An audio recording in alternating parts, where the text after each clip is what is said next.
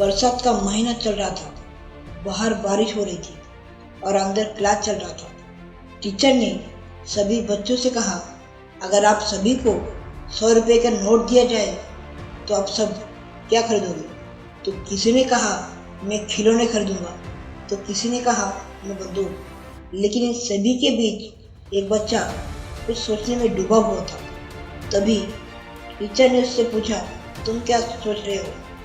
तुम क्या खरीदोगे?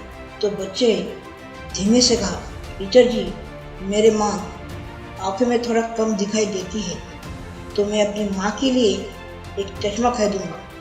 टीचर ने यह सुन के बच्चे से कहा, तुम्हारे माँ के लिए चश्मा तुम्हारे पिता दे सकते हैं, मैं अपने लिए कुछ नहीं खरीदना। बच्चे का जवाब सुन के टीचर की आंखों में आंसू आ गए। बच्चे ने कहा, सर, मेरे पापा अभी दुनिया में नहीं रहे। मेरे माँ कपड़े सिलाकर मुझे पढ़ाती है। उन्हें आंखों में थोड़ा कम दिखाई देने की वजह से वो ठीक से कपड़े सिल नहीं पाती। इसीलिए मैं अपनी माँ को चश्मा देना चाहता हूँ और मेरी माँ ठीक से काम कर सके और मैं अच्छे से पढ़ सकूँ और अच्छी नौकरी कर माँ को सभी सुख सुविधाएं दे सकूँ।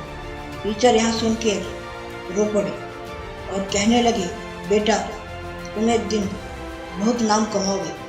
तुम्हारी सोच ही तुम्हारी सबसे बड़ी कमाई है। ये 100 रुपये मेरे वादे के अनुसार और ये 100 रुपये और उधार दे रहा हूँ। जब बड़ा आदमी बन जाओ तो लौटा देना। और तुम इतना बड़ा आदमी बनो कि तुम्हारे सर पर हाथ फेरते वक्त मैं धन्य हो जाऊँ।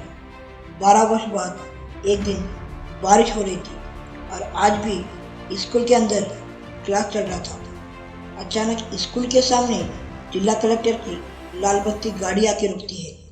आगे पीछे दर्जनों पुलिस गार्ड थे। स्कूल स्टाफ चौंकना रह जाते हैं और चारों ओर सन्नाटा छा जाता है। जिला कलेक्टर आकर टीचर के पैरों में गिर पड़ते हैं और टीचर से कहते हैं कि सर जी, मैं आपके उधार के 100 रुपये लौटाने आया हूँ।